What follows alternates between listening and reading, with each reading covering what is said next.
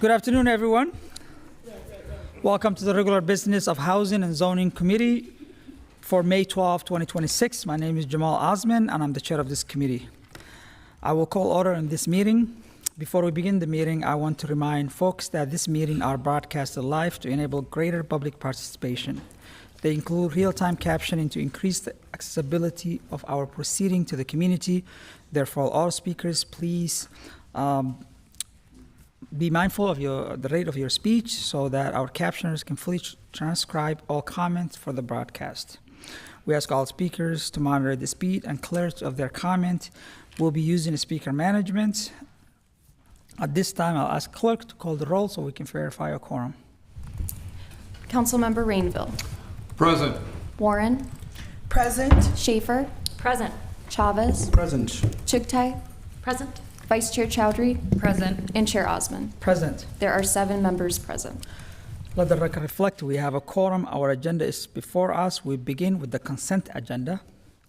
Item 5 through 15. Item 5 approves 5 liquor licenses. Item 6 approves 10 liquor license renewals.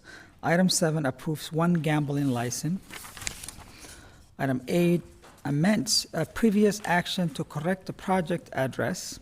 Item 9 approves a street name change for Cesar Chavez Avenue to 4th Street North. Item 10 authorizes a contract with Broadway X Emerson for the North Common Art Project. Item 11 is a resolution approving the budget for McPhail Center for Music. Item 12 authorizes a contract with North Point for tenant resources. Item 13 is a gift acceptance from Mississippi Watershed Organizations. Item 14 is approving rezoning for Dan Rice Street at 1914 Washington North. And lastly, item 15 is setting a public hearing for June 2nd to consider a sale of multiple properties for Minneapolis homes. With that, does any of my colleagues have a question? I see Councilmember Rainville. Thank you, Chair. I just want to recognize the proprietor of Killian's Irish Pub, which is on the consent agenda. And I know you've put a lot of blood, sweat, and tears in it. I want to thank you for your confidence in the city of Minneapolis to risk your capital by, and all the jobs you're going to employ and the taxes you pay too. So thank you very much. I'll be voting for you. Councilmember Warren. Thank you, Chair and Council Vice President. I would like to just recuse myself from the vote on item number 9 for the street name for Cesar Chavez to 4th Avenue North between East Lindale and Lindale Avenue North and Border Avenue North. Thank you, Clerk. Please note that. With that, I'll move all items. Sorry. Councilmember Chavez. I didn't get on cue, but want to thank Councilmember Warren for bringing that item forward. I really appreciate it. And for the public, Councilmember Warren has to abstain because she is the applicant on that item, which is really important to the community. So I want to thank her for her work on that.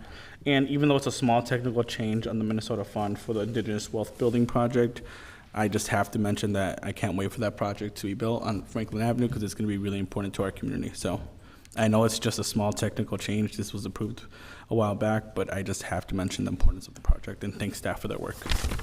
Thank you. Vice Chair Chowdhury. Yeah, thank you, Chair Osman. I just very briefly want to speak to item number 9, the street name change from Cesar Chavez Avenue to 4th Avenue North, and thank Councilmember Warren for submitting this application and bringing it forward. We unanimously voted for this in the Planning Commission, and I think it's just really important to highlight, just the continued harm and violence that women and non-men experience at the hands of men in power. And obviously, Cesar Chavez, for a long time, was a big leader and icon of the labor movement, but it is just important to recognize all of the women and the people that led that work and made it possible for better working conditions for farm workers, and strengthened the labor movement, and also recognize the harm that was caused to them. And and I'm proud of the city of Minneapolis for making this name change, and I'm really proud to serve with a colleague that was really nimble on this. And we should, in any action possible, continue to stand with women, victims, and survivors of all sorts of abuse and harm. So thank you once again, Councilmember Warren, and I'll be voting for this. Great, thank you. I'll move all items for approval and set a public hearing for item 15 on June 2nd. All those in favor say aye. Aye. And those opposed say nay. The ayes have it and the motion carries. Now we will proceed to our public hearing. Our first public hearing is a liquor license application for Cafe Harmony located at 501 First Avenue North. I will invite Greg Elijah from Business Licensing to provide more context. Welcome, sir. Thank you, Mr. Chair, committee members. I'm District Supervisor Craig Eliason with Licenses and Consumer Services. Today I'm presenting an application from Harmony Coffee LLC, doing business as Harmony Coffee, or excuse me, Cafe Harmony, located at 501 First Avenue Northeast, Suite B, located in Ward 3. The business is applying to upgrade its license from an on-sale wine with strong beer license. Okay, thank you. The business is applying to upgrade its license from an on-sale wine with strong beer limited entertainment license to an on-sale liquor limited entertainment with Sunday sales license. Cafe Harmony has held an on-sale wine license since 2025, and prior to that, they held a restaurant license since May of 2023. The premises consists of 32 indoor seats. Cafe Harmony intends to offer electronically reproduced music provided by a DJ. The hours of operation will be 8 a.m. till 1 a.m. daily. On April 21st, 2026, public hearing notices were sent to residents and property owners and posted on all residential buildings with 4 or more units within 600 feet of the premises. Notices were also sent to the Nicollet Island East Bank Neighborhood Organization, St. Anthony West Neighborhood Organization, the Minneapolis Regional Chamber, and Councilmember Rainville. We have received no comments from the community.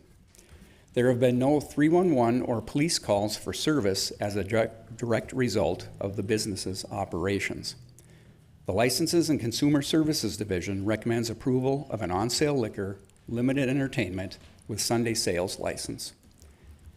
This concludes my presentation, and at this time I will stand for any comments or questions. Thank you. Thank you so much for your presentation. I will proceed to open the public hearing and see if there's anyone who signed up to speak. Are there anyone who would like to speak on this item? See none, I'll close the public hearing and call Councilmember Rainville to make a motion.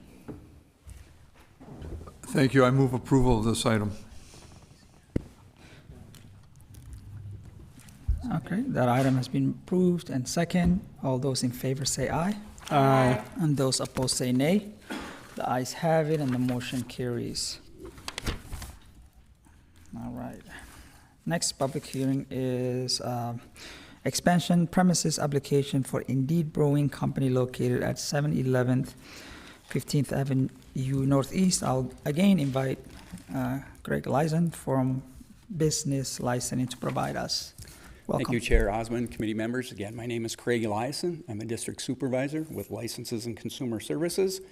And today I'm presenting an application from Indeed Brewing Company, Minnesota, LLC, doing business as Indeed Brewing Company, located at 711 15th Avenue Northeast, Suite 102 in Ward 1. Indeed Brewing Company holds an on-sale tap room, no entertainment with Sunday sales, and off-sale malt liquor, growler, and sidewalk cafe licenses. The applicant is requesting a permanent expansion of premises. If approved, they plan to expand their outdoor patio located on private property into the existing parking lot and adding an additional 96 seats. The hours of operation of this area will be 11 a.m. to 11 p.m. On April 21st, 2026, public hearing notices were sent to residents and property owners and posted on all residential buildings with 4 or more units within 600 feet of the premises. Notices were also sent to the Logan Park Neighborhood Organization, Northeast Minneapolis Chamber, and Councilmember Payne. We have received no comments from the community. There have been no 311 or police calls for service as a direct result of the business's operations. The Licenses and Consumer Services Division recommends approval of a permanent expansion of premises. This concludes my presentation. At this time, I will stand for any comments or questions. Thank you. Thank you so much. I'll proceed to open the public hearing and see if there's anyone who signed up to speak. See none, I'll close the public hearing and I will call Councilmember Chowdhury. Still on? Are you still? No. All right, I will make that motion to approve this item. All those in favor say aye. Aye. And those opposed say nay. The ayes have it and the motion carries. All right, we are on item 3, a public hearing for interim use permit to Pathway Recovery submitted by Dr. Sadiq Ali, located at 222 Blaisdell Avenue. I will invite Lindsay Silas to provide us more context of this item. Please welcome. Thank you, Chair Osman, members of the committee. My name is Lindsay Silas. I'm a senior city planner in the Land Use Design and Preservation team in CPED Planning. I'm here to present an interim use permit for the property at 2222 Blaisdell Avenue. The proposal here is to establish a state credentialed care facility serving up to 16 people for the duration of 5 years. This site it contains an existing 2-story residential building with 12 dwelling units. The building includes 6 one-bedroom units and 6 two-bedroom units, and there are a total of 18 bedrooms in the across the 12 dwelling units, and there's a surface parking lot to the rear of the building. The applicant has proposed to establish a state credentialed care facility serving up to 16 people as an interim use. The client population would consist of people who have experienced homelessness, who are in recovery from substance abuse disorders, who are also parents of minor children. 2 of the one-bedroom units would not be allowed to be used as part of the proposal. The maximum number of residents in the UN2 zoning district in a state credentialed care facility is 16, and it cannot go any farther than that without pursuing a rezoning that might potentially require a comprehensive plan amendment. So 16 is the absolute maximum here, and the 16 people would apply to both those in treatment and to the children living in the facility. The 2 of the bedrooms would basically not be used as part of the proposal. The other 16 bedrooms would be used, and it would be 1 resident per bedroom. The expiration date proposed by the applicant is April 1st. It says 3031. That's not right. 2031. This is the site. It has been in the past just kind of a standard residential building with the 12 dwelling units. The applicant indicated that some of the dwelling units are currently vacant, others are pursuing eviction proceedings for lease violations, and so the entire building will be vacant and available for the use. Here is the site plan showing the building footprint with the surface parking spaces along the alley to the rear. And the floor plans, this is the first floor plan. It's kind of a garden level model where there's a partial garden level on the basement level. The grayed out units are those that will not be used as part of the state credentialed care facility. And then on the upper floors each have 2 one-bedroom units and 2 two-bedroom units, and those will all be used as part of the proposal. Here are some photos submitted by the applicant of the building itself. So for an interim use permit, an interim use is something that's allowed as a conditional use in the zoning district, but with an interim use, a timeline can be attached to that approval. And so for interim use permits, the use has to comply with the findings for a conditional use. The proposal here is to establish essentially kind of a housing use for folks who are in recovery at an outpatient site, and staff finds that all the findings for a conditional use would be met through this proposal, and those are outlined in the staff report. As far as the specific findings for an interim use permit itself, the first one is that the interim use is allowed as a conditional use in the zoning district. That is met here. There is a maximum, though, of 16 persons allowed in the zoning district, so that has been identified in the report and is one of the conditions of approval. The proposed use shall conform to the zoning code as if it were established as a conditional use. Those are met. And then the applicant has proposed an expiration date of April 1st, 2031 to comply with the third finding for an interim use permit, that it not be open-ended and that it expired no more than 5 years from the date it is approved.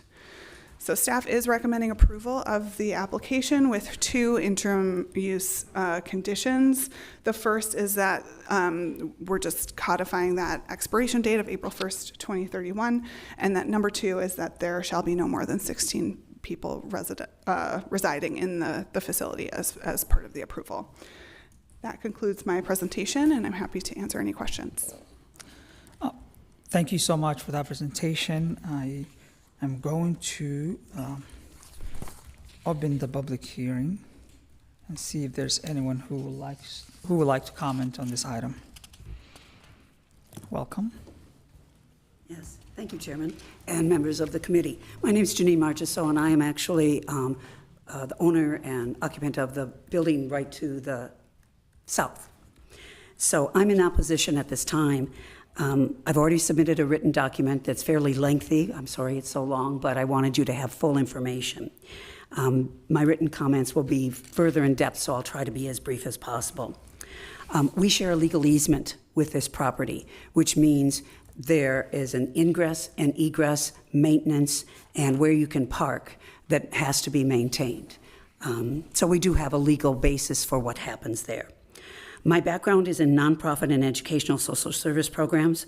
I have as staff or as a consultant originated, developed operating principles, staffed, licensed, and overseen programs within the city of Minneapolis, Hennepin County, and even nationally. One such program did serve homeless families in their journey to achieve economic stability within a family and child development program. First and foremost, my objections are not about the people who are going to be served. It's about the structure of the organization, program policies and procedures, and the staff who are going to administer the program. I'm troubled that a DHS licensed program, Healthy Living Home Care LLC, provided services within 2222 Blaisdell Building with documented issues with service provided and appropriate outcomes for the clients. Record keeping and documentation are a snapshot of how programs treat their clients.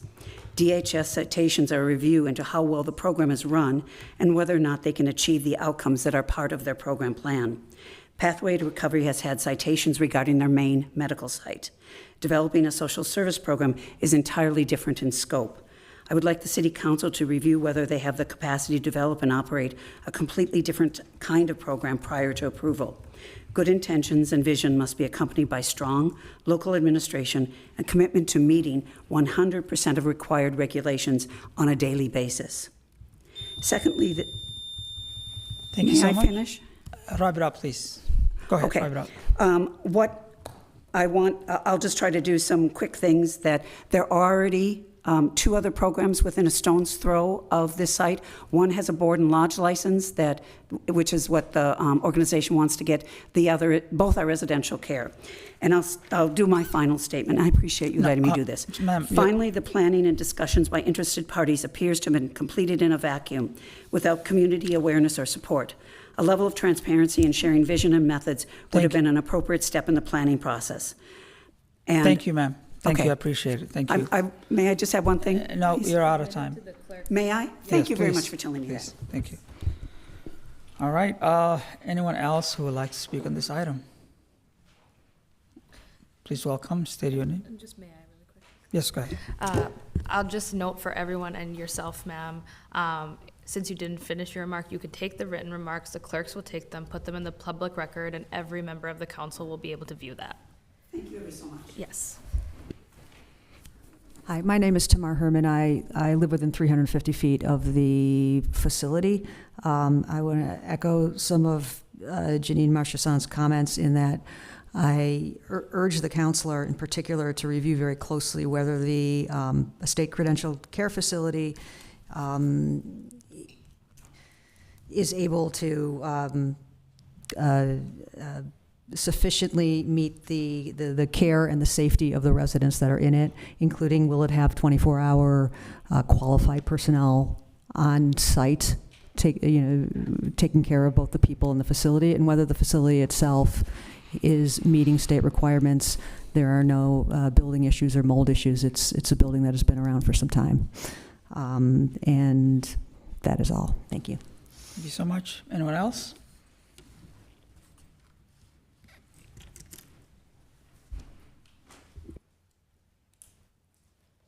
Hi.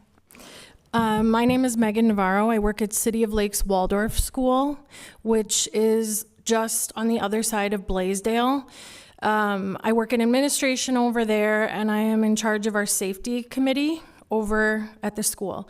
I really don't feel like I had enough time to prepare a lot of information that I'd like to share about this because we were notified and then the hearing was so close, so I just would like to make note of that.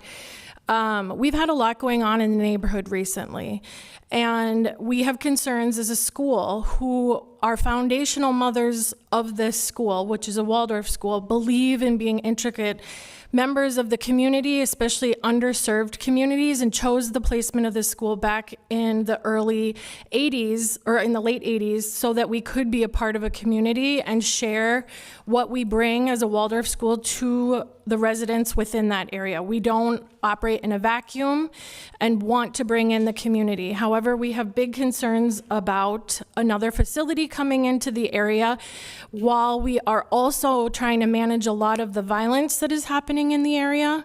And it is impacting businesses. Blaisdell Manor, who I know that Janet, who runs Blaisdell Manor, was not able to be here today. They might have to make other alternative decisions because we are not getting the business in the area that we used to. So the concerns that we have are who is running this program exactly?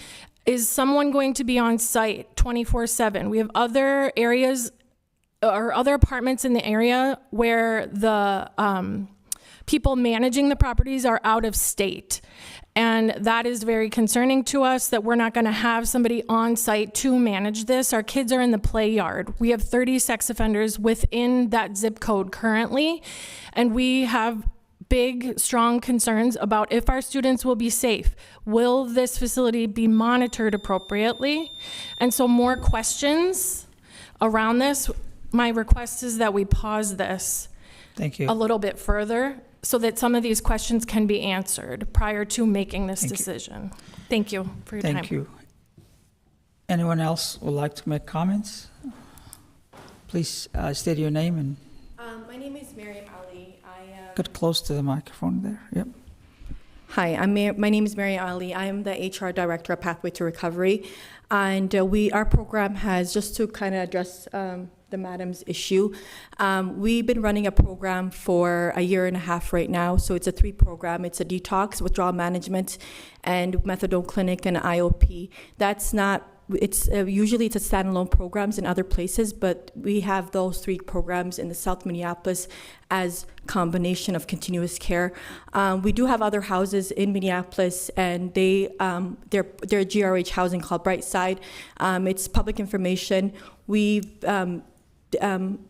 GRH has come to us, the county has come to us multiple times, and we have not failed one inspection. So we on our, it's supervised 24 hours. We have cameras and we have actual staff. And the lady that was saying that the citation of DHS, you guys can look it up. Every DHS program gets cited, and our citation was nothing of harming any human being or any malpractice or any of that.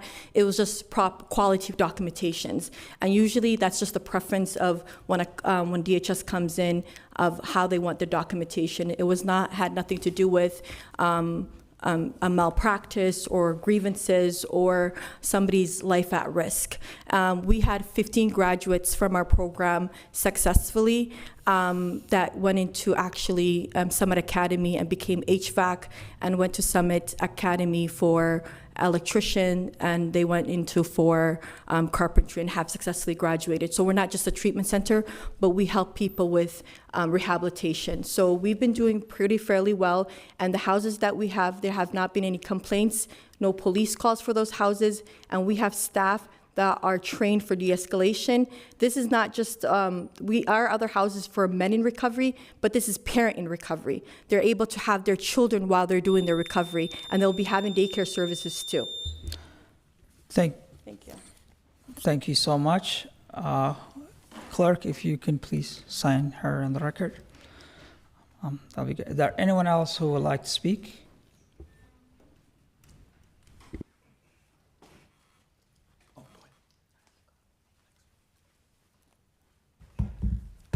Good afternoon. My name is Eric Larson, and I am a homeowner in the neighborhood. And in fact, my property actually on Pillsbury Avenue is directly across the alley from the 222 Blaisdell Avenue. So I have direct experience with what has gone on there in the past and seeing what has gone on there in the past. And my concern is more for the neighborhood, the proximity to the other number of group homes and residential homes in the neighborhood.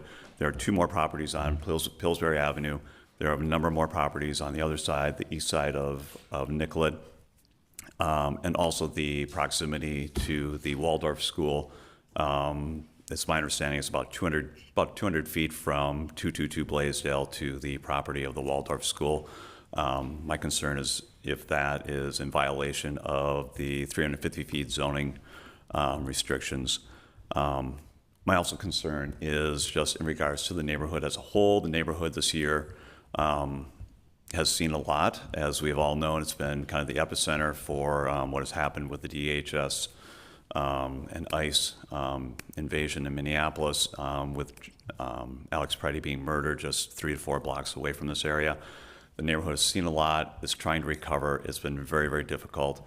And at this moment, as much as I agree with what they are planning to do with this home and how they want to operate it, I think just the proximity to all the other places in the neighborhood at this time is not right. I would like to see it just pause for the moment so we can see just exactly how the neighborhood recovers and if the things that we are concerned about are met by the Pathways people. Thank you. Thank you so much. Are there anyone else who would like to speak? See none, I'll close the public hearing and see here a couple of council members sign up, but first I do like to make a comment and hopefully make a motion at the end of my comment is to Pathway Recovery or Dr. Dick's project started a few years ago in Minneapolis, especially in Franklin area. It has been really a great thing that happened to the neighborhood. It's a place where folks that are dealing with a lot of substance abuse and addiction go to treatment. Mainly it's minority folks, Native American, East African, young men or women who are dealing with it. And it's I had the opportunity to tour and to look at the place, and it's just an amazing thing they do. They don't just, release the person, treat them, but they keep it and they give them all the necessary opportunity for them to succeed in life, if that is a job creation, as a schooling, career training, and also housing to kind of make sure that graduation is happening. And I have seen many of the young people that I continue to meet in my ward, being successful and actually working there right now. So I want to special thanks to city staff who has been there from the get-go years ago, from when this recovery center popped up in Ward 6. I know this is not related to Ward 6 area, but I just wanted to talk a little bit about that.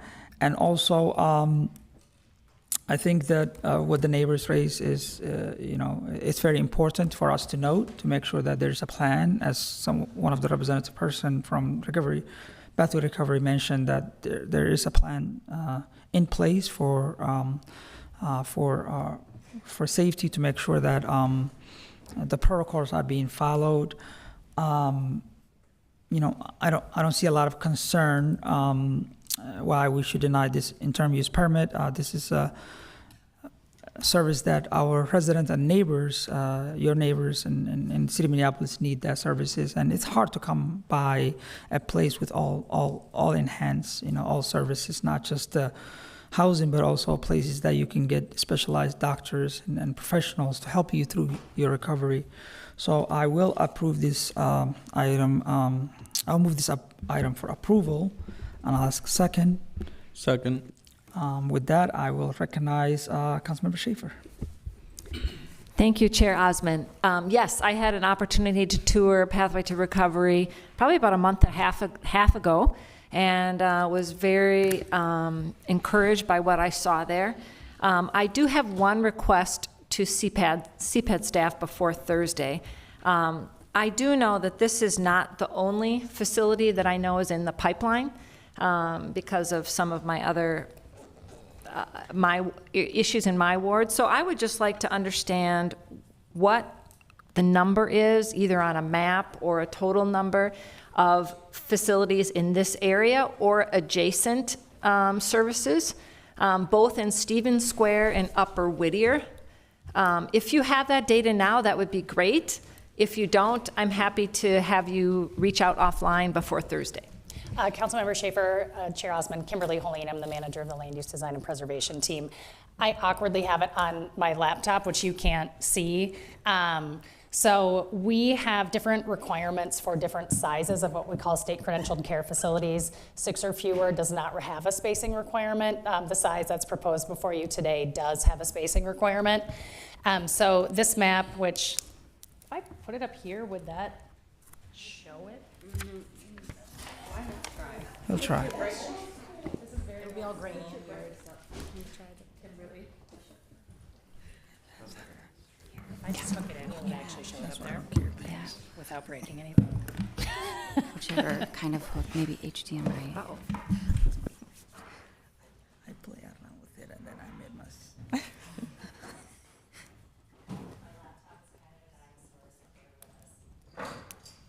Take your time.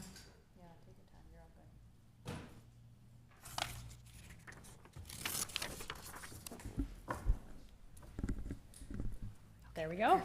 Oh my God, that's incredible. Yay, great. Look at that. Huge thank you to the clerk. So what's in front of you here is a spacing map. So what you're seeing as the yellow circles, the black dots in the middle are state credentialed care facilities that are subject to a spacing requirement. And then the buffer around them is the required spacing. You will note there are some here that don't meet spacing from each other, but those are pre-existing to our spacing requirement.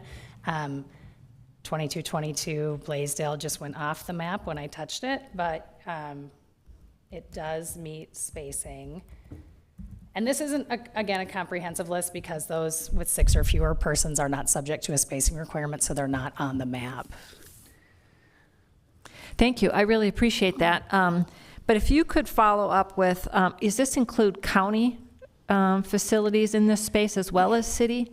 So what we consider a state credentialed care facility is something that has a specific license type from DHS that qualifies it as such. Oftentimes those also have a city board and lodge license. So this would be a comprehensive list of things that are existing in the city or have approvals but haven't yet been established.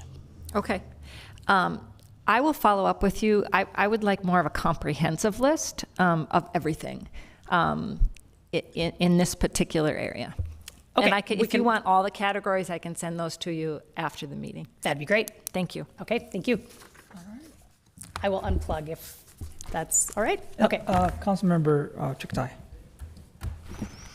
Thank you, Mr. Chair, Mr. Vice President. I am wondering if staff can speak to just the extensive process that you go through in considering an interim use permit before it is brought forward before the body for approval. And I don't know if Lindsay can come back. Yeah, thank you, Chair Osmond, Councilmember Chuktai. So when we're considering any sort of conditional uses are things that are allowed in the zoning code as long as they meet certain conditions. And those conditions are laid out by state law. And basically the bullet points here just they just highlight what those conditions are, and then staff analyzes each point. So some of these questions are more about, is this use appropriate for the district? And so we are not diving into questions of like, who is the operator? It's more about the use itself, right? So we're analyzing the use itself when we're analyzing these findings. And so for this first one, will this use be detrimental to or endanger the public health, safety, comfort, or general welfare? Well, right now it's a 12-unit apartment building. It's going to be, it might actually have fewer residents in it in the future as a state credentialed care facility than it might as an apartment building. So is that going to be, and it's going to stay a residential use.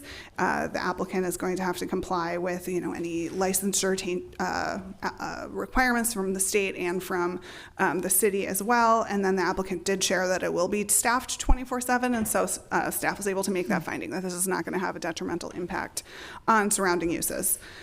Second finding is that the use will not be injurious to the use and enjoyment of property in the vicinity, nor will it impede the development of surrounding property.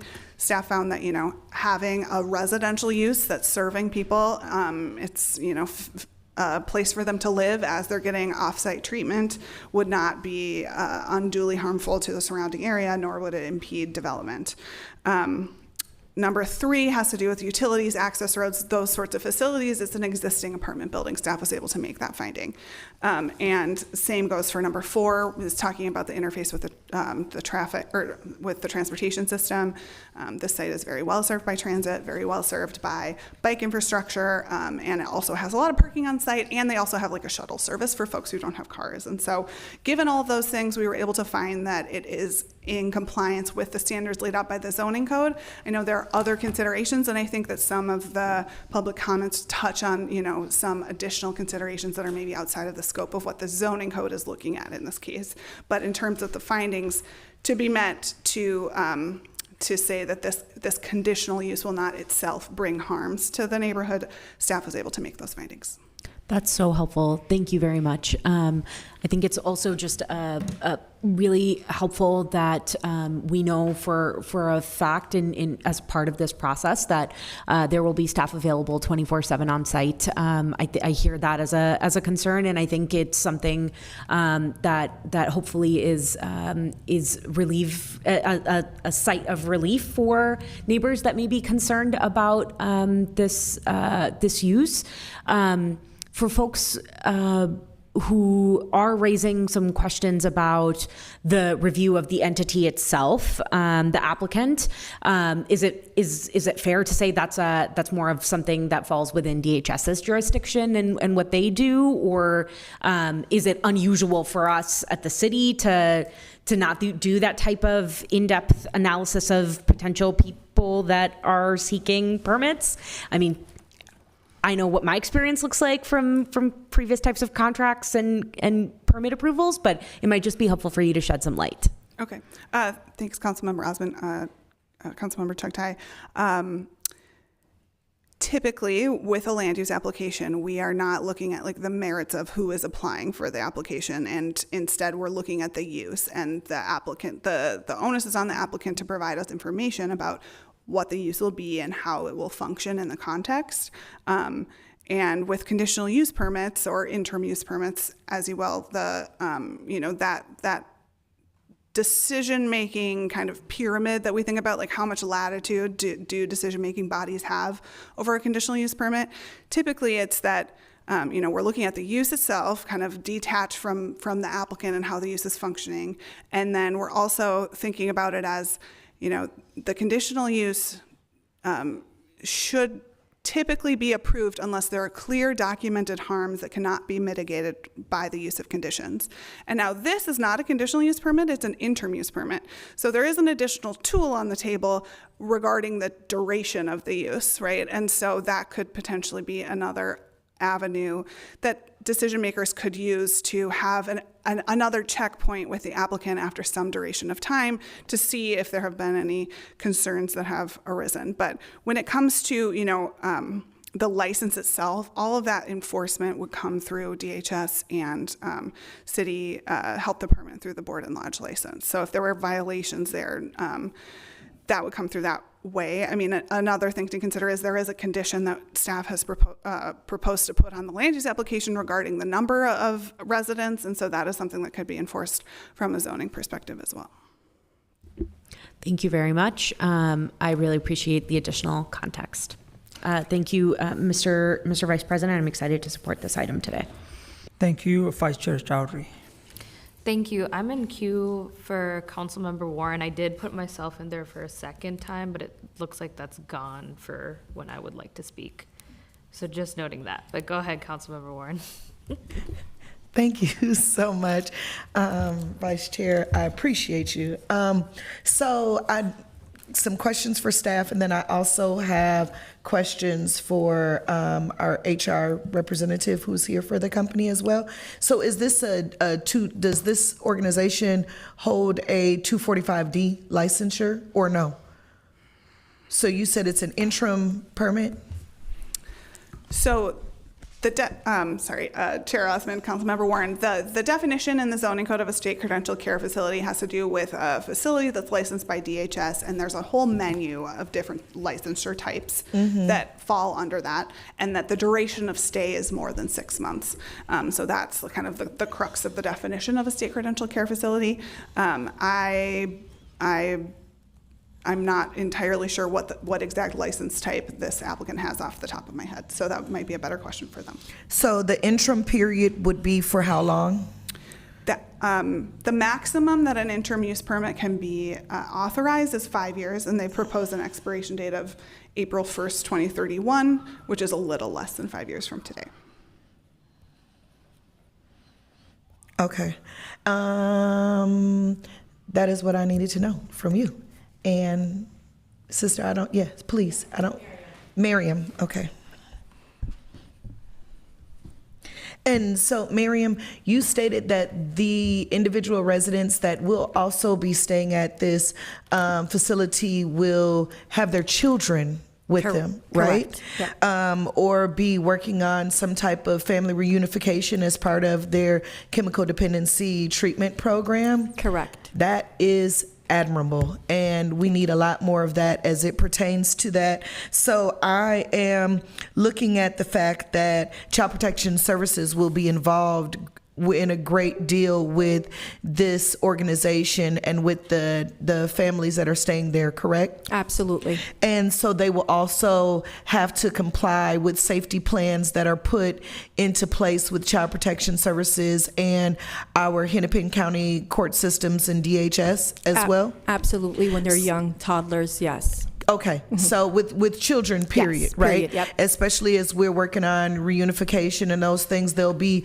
regular visits from individuals like guardian ad litems and child protection workers that will be coming in to see about the safety, welfare, and the environment of the children as well as the residents who are staying there and ensuring that they're following plans, right? Absolutely, and we would have to be submitting UAs weekly. That is correct. Yeah, everything, yeah. Okay, and most people who are in those type of programs, and I know because I am Hennepin County foster and have worked with Hennepin County with family reunification and 72-hour holds and all of those things. People who are in those are on what's called a color wheel, right? So the UAs are random. Yes. So it's not like they can just say, hey, you know, I got to be clean by Thursday because Thursday could be Monday, could be Saturday by 6 o'clock, could be this time. You never know exactly when they're going to come, pop up, show up, and what have you. And those are things that are done at random, which will mean that the environment will have to be extremely safe and secure. Otherwise, it could cause for immediate discharge from that type of program. Correct, and there might be, their kids can be taken away. Could be due to taken that. away. And not only just color random, we do observation too. So it's random, and then there's if it's a female will go into the bathroom with them, or if it's a male, to observation, so the urine, the sample is not tampered with. Okay, so in this facility for families who are working on reunification with their children in this, is there supervised visitation spacing for individuals who have to have supervised visitation, and that also is happening there too? Yes, correct. Okay, so that is very important, I think, for the public to know and understand where we're talking about. And I heard a lot of concerned residents and educators and things like that who are raising concern, which I would raise concern with a situation like this as well. But when we're talking about family reunification, when we're talking about care over criminalization, right? When we're talking about families being brought back together and not holding someone's past against them, but really trying to work on strengthening the family dynamics, these are important things to highlight with respect to the work that is being done with these individual community members, and reassuring that safety in this situation definitely is going to be a very high priority, where it would be extremely different if we were looking at a place for single males or single females, right? So that would kind of look a little bit different, where these individuals are walking a far more strenuous path, you know, in their sobriety, because they're taking into consideration their children. They're taking into consideration the reunification and merging back into communities. So the fact that they are near a school opens up opportunity for them to be able to live, work, and educate, right, in a very close environment, right, and being in that environment around other communities and cultural dynamics of people that keep them centered in the community that I'm sure that a lot of them may come from, right, to really work on their wellness. I think that's admirable. So I'll be supporting this. But I just wanted to highlight those things, because as I was listening, I didn't hear a lot of emphasis placed on that. And just to answer the question that you had for the young lady, it is a 245G license. Oh, it's a G, not a D. Yes, not Okay. a D. It's a 245G, substance abuse. Yes. And we have a 245F license on the other side, which is a withdrawal management. Wonderful. Yeah. Okay, perfect. Good to know. Thank you. All right, I'll recognize Councilmember Schaefer. Yes, I just had a couple other questions for follow-up with CPED. Can you just speak to the 5-year length in my learning process here? Is 5 years for an interim typical, or is that unusual? And then what are the reasons for the length of time? Yeah, Chair Osmond, Councilmember Schaefer. The interim use permit is defined in the zoning code as having the maximum of 5 years of duration. It is pretty common that people will apply for the maximum duration just so they don't have to keep coming back to city council, you know, year after year. Certainly there are other times when the council might apply a shorter duration, or the applicant may know that there are development plans for the site and they only need the use for 3 years or something before another development happens.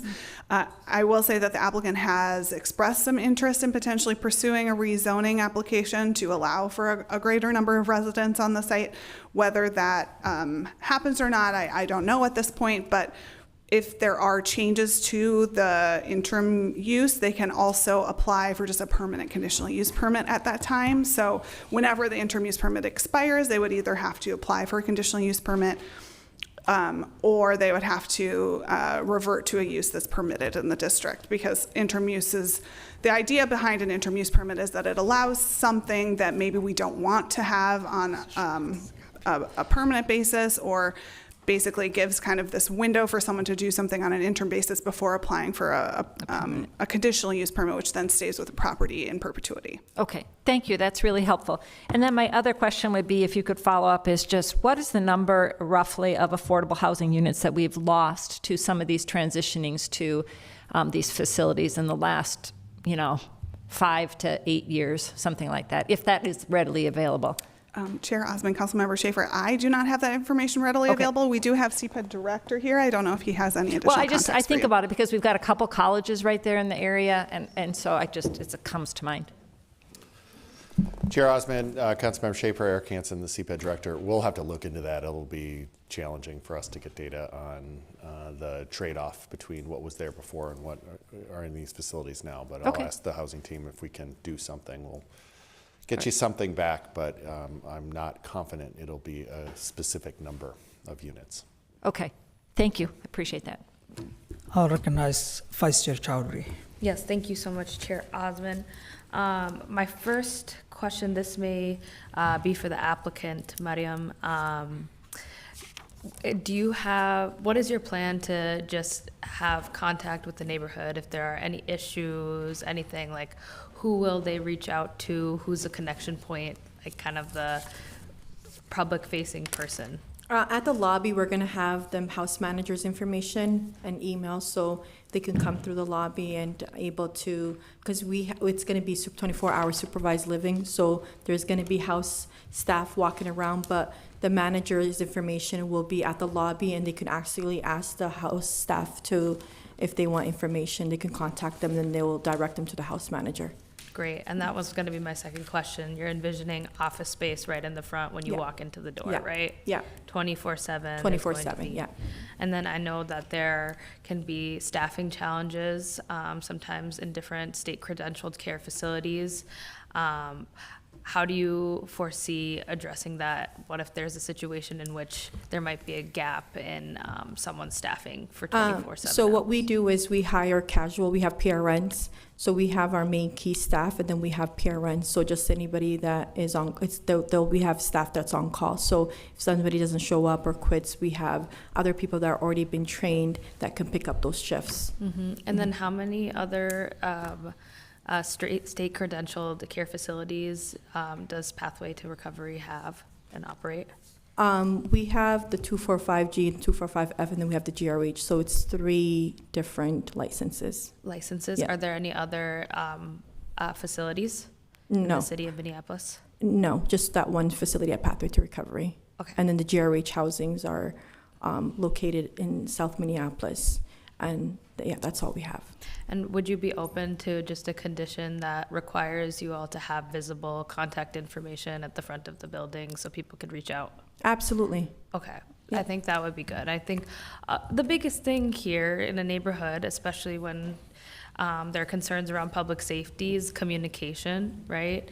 In the 12th Ward, there's a state credentialed care facility in a residential neighborhood, and every year that facility will do like kind of an ice cream social, be really visible and have a connection. And especially with the work of the Waldorf School, I feel like it's really important that you both form a connection, a touch point. And I think that could really help address issues as they come forward. Even when it's just a homeowner to homeowner, you need to have connections on the block to address it. I think given how important it is for us to have this continuum of care to address substance use disorder, this is one of the tools that we have. And it's my understanding that this is providing people housing in a time where they really need it, and it's providing wraparound services. How do individuals become eligible for this type of program, and is there a cost to it for them? We have an intake process, and they have to be suffering from opioid use disorder, and for them to be eligible in the housing, they have to be homeless. And then is there a cost to them? Do they need to have insurance? Do they pay anything? If they don't have insurance, we have Mentor navigators at Pathway to Recovery, so they do apply for insurance for them. Okay. And is there usually out-of-pocket costs that they're experiencing? Most of the people that we serve do not pay out-of-pocket costs. They're mostly low-income families. Thank you so much. That's all my questions for you. And I'll just note, that's a type of affordable housing, right? We're providing shelter for individuals that need it, wraparound services. This helps people come to stability, as Councilmember Warren, I think, really aptly put.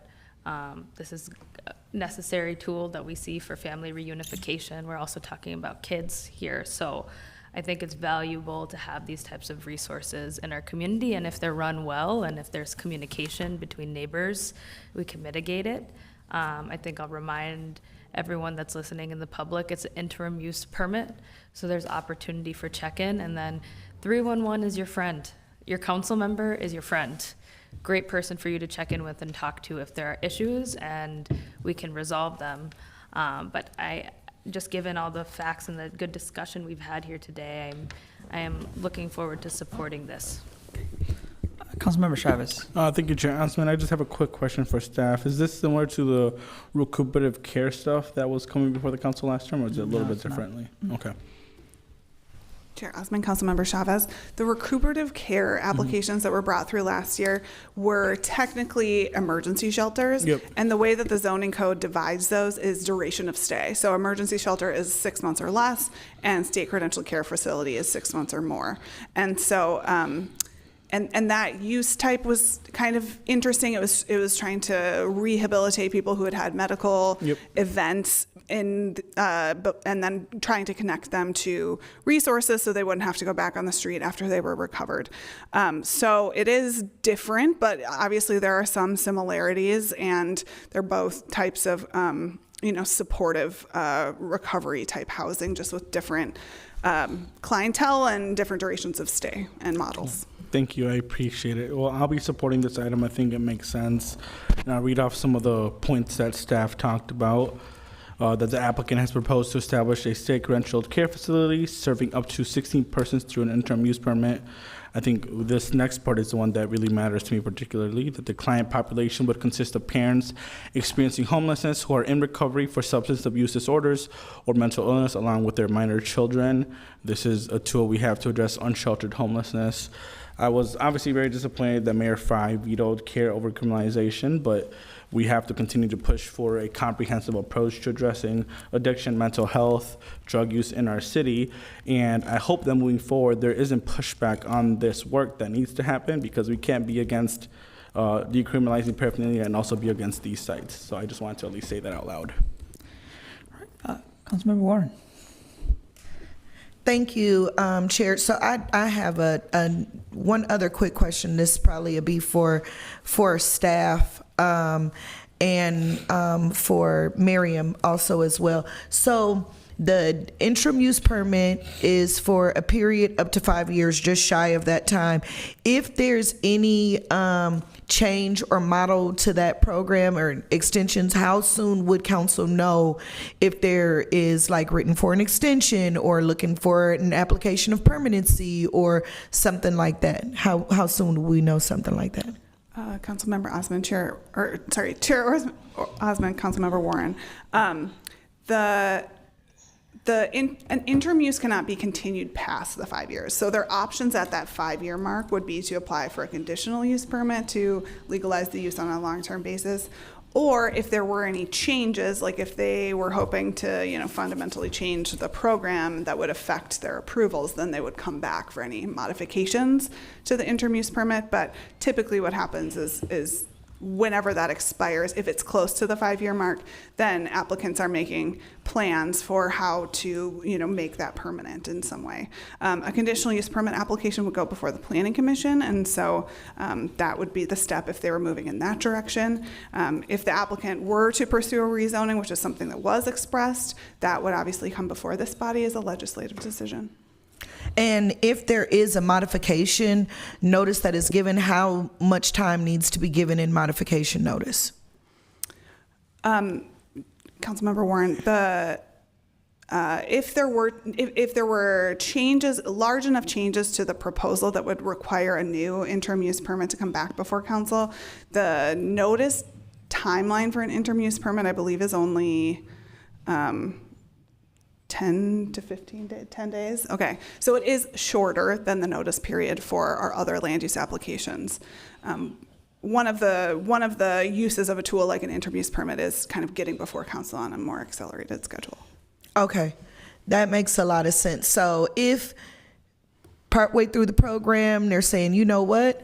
We set this situation up because we wanted to really provide this very intentional and deliberate service to the community, right? But we're not getting the beds filled because it's not enough of those individuals who qualify for this service, which I think we need more services like this. I don't think that's going to be an issue. But if, we just got to say if, right? If they didn't, then they would have 10 days to notify you all and then get on the calendar to come before council in order to change that interim permitted use, right? And they wouldn't be able to operate until the use permit was changed or approved or verified or something like that. Chair Osmond, Councilmember Warren, the interim use permit before you is for a state credentialed care facility serving up to 16 persons. So if they weren't serving the full number, they would not need any modifications to the interim use permit. Things that might result in needing an update would be if the provider changed and it was a whole new provider, or the model completely changed, or if instead of a state credentialed care facility they wanted it to become an emergency shelter. Kind of larger structural changes would come back to this committee. Yeah, but the nature of what is being offered on the forefront here, even though you say 16% for changes, is that accurate? Up to 16 people. Up to 16 people. So even though, you know, that is a very small number, because of the nature foundationally of the services that they're providing, they have to be very careful about who all else is in that environment as it stands, because there are children involved, right? So familiar status makes it, the model have to pretty much stay pretty stationary as we're talking about reunification, safety plans, and whatever else the case is. So we wouldn't see any like huge, you know, some big magnified change where all of a sudden they're housing families and registered sex offenders at the same time or something like that. I know that was a concern of some people who were here in the audience. I'm just trying to help build that picture that it is what it is, and it's a lot more protected in normalizing what needs to happen for the sake of the children being involved in this. Chair Osmond, Councilmember Warren, I think, you know, some minor changes to clientele could potentially exist under the approval for the interim use permit if there were specific items that the council wanted to see, like this only continues to serve parents, that could potentially be added as a condition of approval. Okay. Thank you. Thank you. Okay. Miriam, she kind of cooked. I don't really got, now I don't, we kind of resolved what I wanted to get out there with respect to making sure that the families and the stability, like there's certain ramifications that have to be in place because the children are involved in that won't allow for like so much switch up is what. Yeah. All right. That's it. Thank you so much. Seeing no one else on that motion to approve this item, all those in favor say aye. Aye. And those opposed say nay. The ayes have it and the motion carries. Next public hearing is for 2026 Housing HUD Action Plan. I will have Matt Bauer from CBET for a brief presentation. Welcome, sir.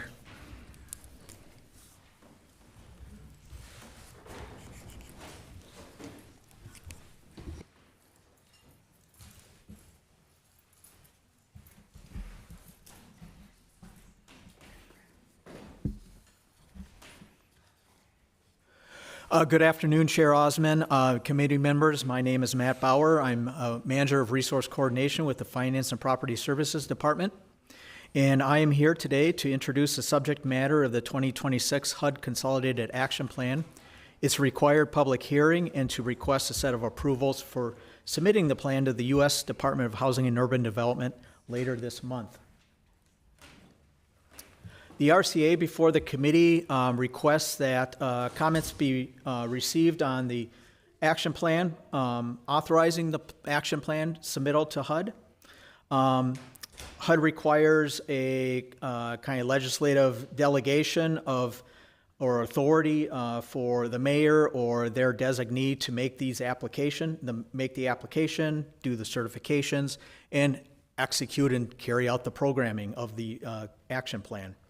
And as well as we'll be asking for the authority to enter into the necessary grant agreements. So what is a 2026 action plan? It is the city's federal application to the U.S. Department of Housing and Urban Development for its entitlement grant awards for 2026. It updates and restates the goals and priorities that were set in the 5-year HUD Consolidated Plan Strategy. It shows how budgeted entitlement funds for 2026 will support those goals and strategies. It also contains a set of certifications and representations for accessing the funds. And finally, it includes a public input summary. So the public hearings that the City Council held on the 2026 budget in the fall, and today's hearing will all be included in the action plan to go to HUD.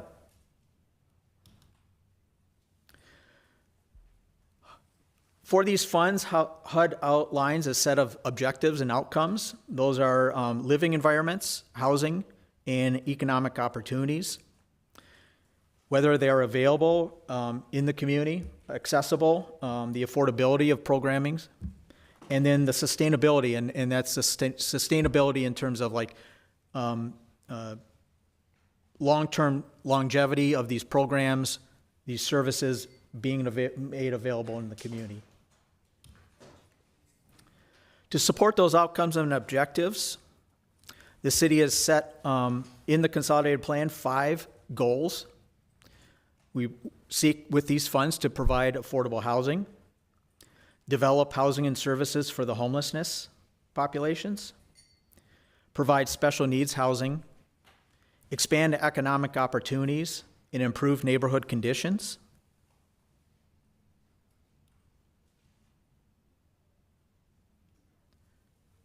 In responding, the action plan details the budgets, programs, and projects that support these goals based on the award amounts that were recently provided to the city by HUD.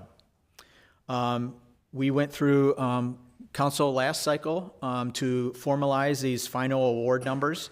You'll see them there for each of the 4 entitlement grants. Again, you consider the budget with an estimated award amount in December with your with the city budget. And then once we get the actual numbers from HUD, we revisit those numbers to make the adjustments to match the actual award amounts. Our budget year for the HUD program funds runs June through May.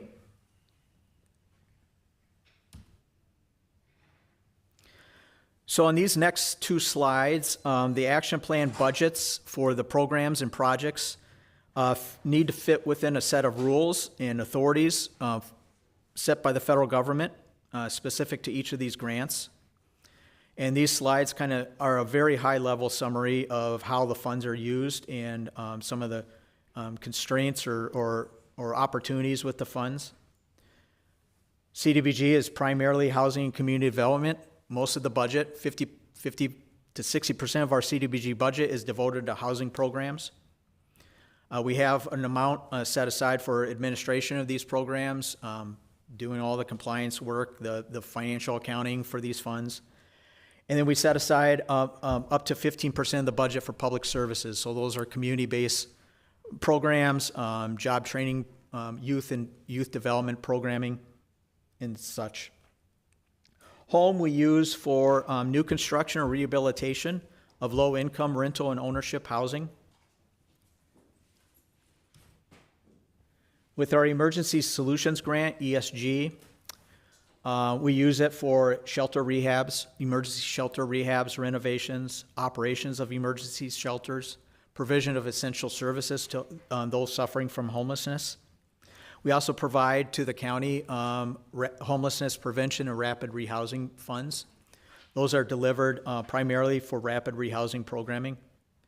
And we set aside a small portion of the budget for HMIS services from a state provider for reporting on outcomes to HUD on these funds. We also work with the local continuum of care to set how we use these funds. We work with the Hennepin County CPED staff, work with Hennepin County staff at kind of best how to deploy these funds into the community. And finally, we have the HOPWA grant, Housing Opportunities for Persons with AIDS. This is a grant we administer on behalf of the Twin Cities metropolitan area. It's for the benefit of HIV-impacted households.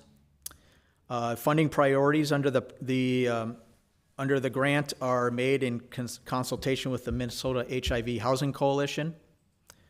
And currently, the work we support is for rental assistance, site-based operating costs, and supportive services for these populations.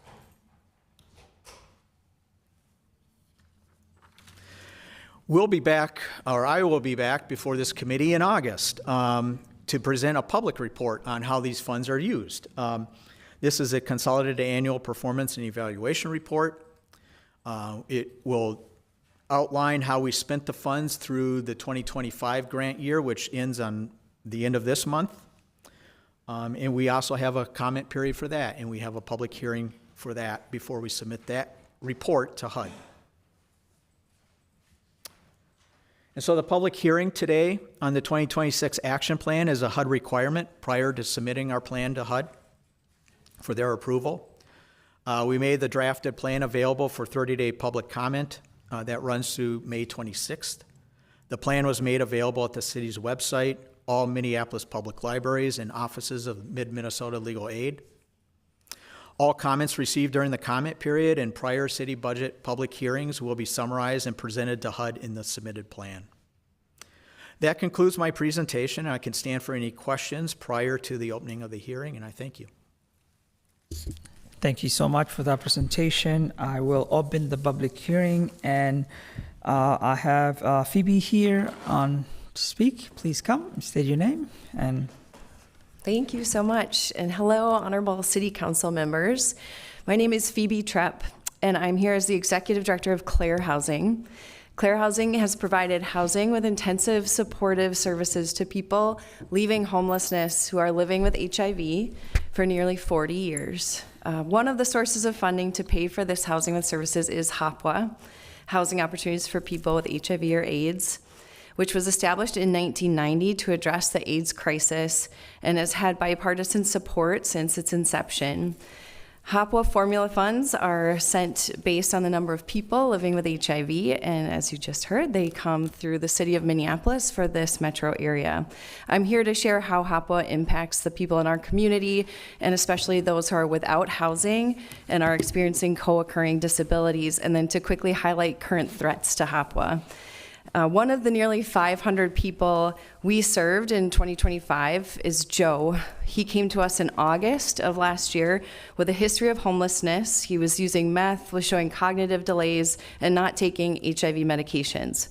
By December, through the support of 24/7 staff, stable, affordable housing, and daily meds, Joe had stabilized, stopped using meth, began seeing a therapist, and reached an undetectable viral load, which means HIV is now so low in his body it can't be transmitted to others, so a form of prevention as well. Overall, around 65% of people living with HIV in the United States have reached an undetectable viral load, which prevents new cases. At Clare, we routinely reach 90% of undetectability. I'm going to keep moving fast. In terms of threats, the current presidential administration zeroes out the HOPWA program. Up to this point, Congress has continued to fund HOPWA, and we are increasing advocacy to continue to focus on that. In Minnesota, we're experiencing the loss of Medicaid services that have historically supported these clients, which makes HOPWA even more crucial to providing housing. We're just in support of this consolidated plan and wanted to tell you more about how HOPWA impacts you all and all of us. Thank you. thank you so much. Are there anyone else who would like to speak? See none, I'll close the public hearing. I see a few members here that might have a question. For me, this is really great. Thank you, staff, for putting this together. Some of these programs we're applying, as we have a new administration, are they requiring participants or recipients, people that are receiving the services, for immigration status? Are you aware of that? Chair Osmond, there are some notices going out. There has been some efforts. I don't know exactly where it is in litigation and such. There have been, we added conditions to the grant agreements we signed last year in terms of some of the issues that we had a disagreement with the administration on.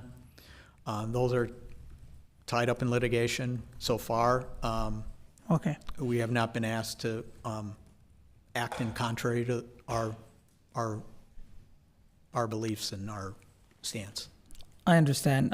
Just during the, ICE being here, there was one of my residents came to me with a letter. She lives in MPHA building, and they're like, come to the office to update your immigration status. And that was something MPHA is requiring because of HUD are asking. So that was just wanted to get a little bit more information. It's like, what is the protocol? Are they, for you to qualify this, we need to know your participant or recipient, their immigration status. And that's one of the housing agencies collecting that information. It's it was kind of something new to me. But I will not speak for the Public Housing Authority. I got it. However, there is a requirement that benefits go to legal residents of the country. And that can be done on a prorated basis. So if you've got a household member that is here legally, the rent for that unit is prorated, the assistance is prorated to account for that. And so that Okay. may be some of the background Yeah. in that question. I got it. Thank you, sir. I'll recognize Vice Chair Chowdhury. Yeah, thank you so much, Chair Osman. Maybe this perhaps might be a question for you, perhaps for the city attorney as well. I'm wondering, do we have any grant agreements before us that we are pending this action before we enter into right now? Madam, Mr. Chair and committee members, I'm not aware of any. I don't have the background on that information, but I could certainly look into it. Yeah, I would love a follow-up on that, of like what grant agreements are pending and. I Yes, can answer please. that to a certain extent, yes. So we will be providing this application to HUD at the end of the month. Then they will review it, and they'll approve it. And then after that point, we'll receive the grant agreements. Okay. And then at that point, we will examine those grant agreements for language we may or may not. And then we do this, is this a annual, is this something that we have to do annually, the consolidated action plan, or? Correct, yes. Okay, great. So, this can be an administrative follow-up as well. I would love to get the grant agreements that we entered into, in 2025, and just be able to take some time to read through them before our vote, this Thursday, just better ground us in the conversation that we're having with the, federal government right now.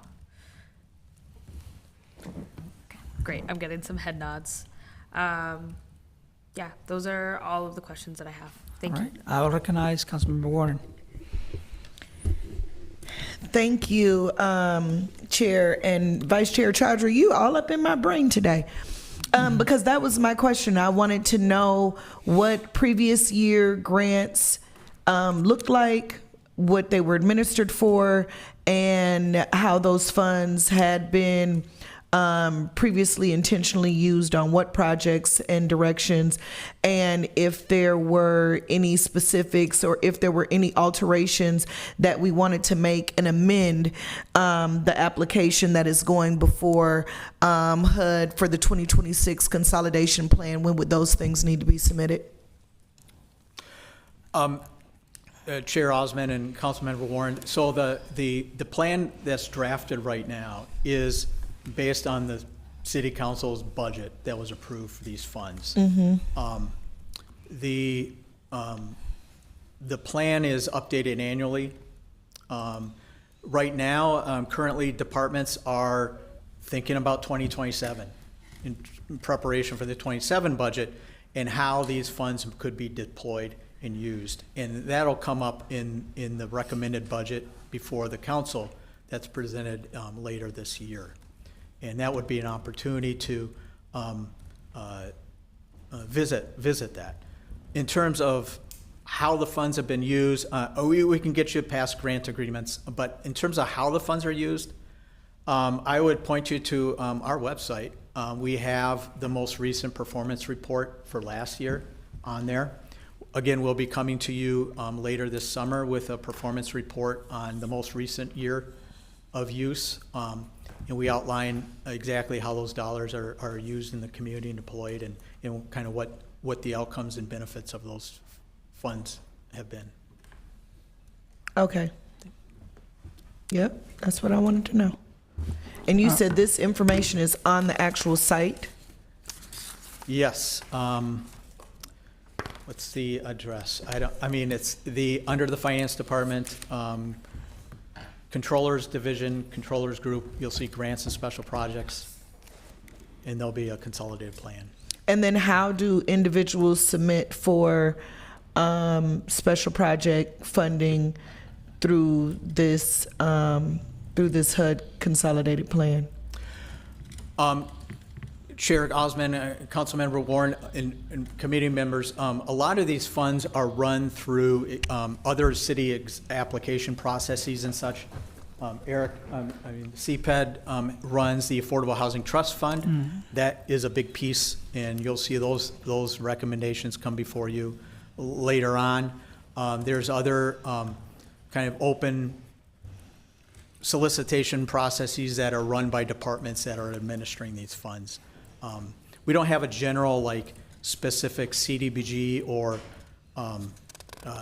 any of these particular grants, like a specific application for them outside of kind of the individual programs that are being funded with these opportunities, having their own individual solicitation rounds and such.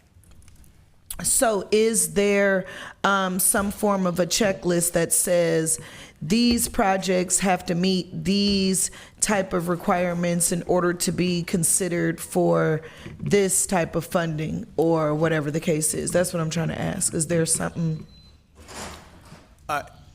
Yes, correct. It's specific to each one, each solicitation, but each solicitation would have, like, in the case of the Affordable Housing Trust Fund, these funds have to serve households below 50% of median income. So projects that are awarded points for how many of the units they are proposing may meet that requirement. And it's evaluated among other criteria, but that's one of them. For the HOPWA program, there's a list of eligible uses for these funds. And when we do solicitations for these funds, we check, like, do they address these eligible uses, and are they proposing projects that are consistent with those uses, and that also achieve addressing some of the needs that are expressed through the plan in terms of a specific population or subpopulation. Wonderful. Thank you. All right, thank you so much for all your answers and presentation. I see no further action, and I will move this item for approval. All those in favor say aye. Aye.